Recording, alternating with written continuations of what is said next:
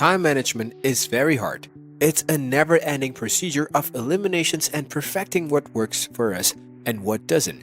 Luckily, Stoic philosophers like Marcus Aurelius, Seneca, and Epictetus have shared some valuable knowledge on how we can manage our time more effectively.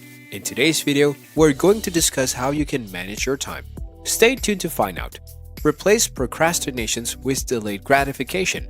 How often do we say to ourselves, "I'll do it later," or "I don't feel like doing that"? It feels good at the moment, but the comfort of impulsive desire has never been constant with the schoolings of Stoicism. When we procrastinate, we are neither completing the task that were assigned to us, nor are we spending our time well.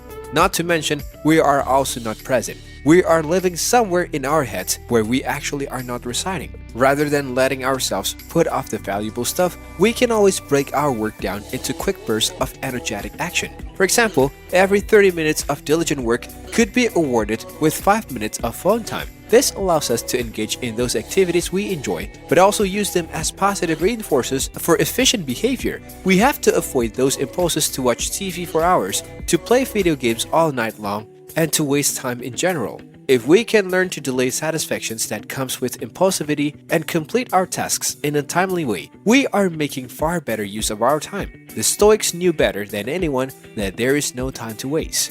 Take your time on things that matter. Sometimes we are threatened to rush things. Maybe our boss is putting pressure on us to meet particular deadlines, or maybe it's our own inner pressure or our own inner deadlines.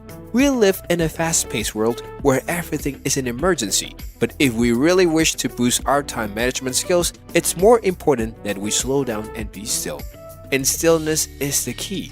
Ryan Holiday shares the story of a legendary archery master, Kenzo. Kenzo never taught students how to aim and shoot at a target intentionally. Mastery of the bow only came from mastery of detachment, Kenzo said. The hits on the target are only the outward proof and confirmations of your purposelessness at its highest, your egolessness, your self-abandonment, or whatever you like to call this state.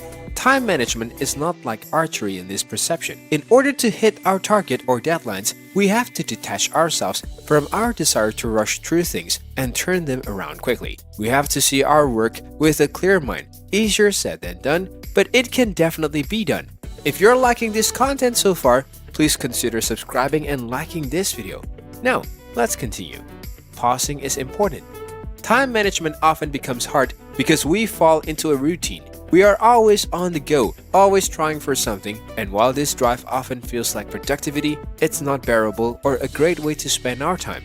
So, how do we get off the hustle train and recharge? By understanding how to manage our strategic breaks. The mind requires rest from the demands of the day, and if we forget to give ourselves those much needed breaks, we are bound to burn out.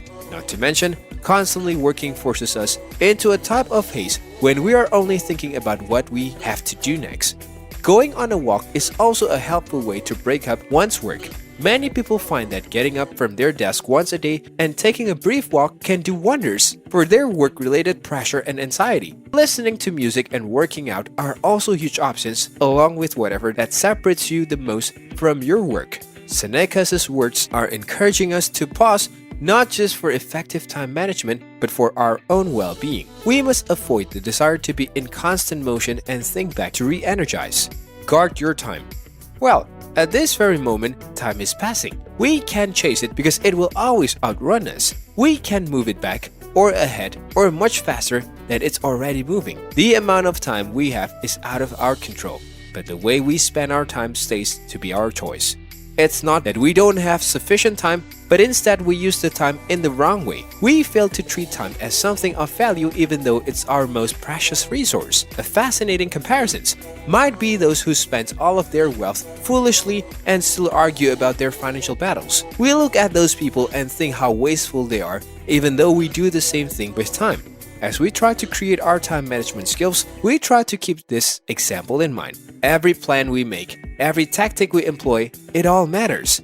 We human beings are day trading the most important commodity that life has to offer, and many of us are extremely distracted with the distractions of life that we fail to recognize this until it's too late. We are the masters of how we spend our time. Everything we do each and every day is an option. The truth is, everyone fights to utilize their time and we all have a huge amount of responsibility. But we don't have to be a slave to stress, anxiety, and unpreparedness. Remember to deploy these Stoic principles. Opt for delayed gratifications, take your time on things that matter, pause once in a while, master the 3 aspects of time, and treat time as the supreme property. The more techniques we will experiment with, the more refined our schedules will be, and the more refined our life will be. What are your thoughts on this topic? Let us know your thoughts in the comment section below. With that being said, it's time to end our today's video. Press the like button and subscribe to our channel for more interesting stuff. Peace out.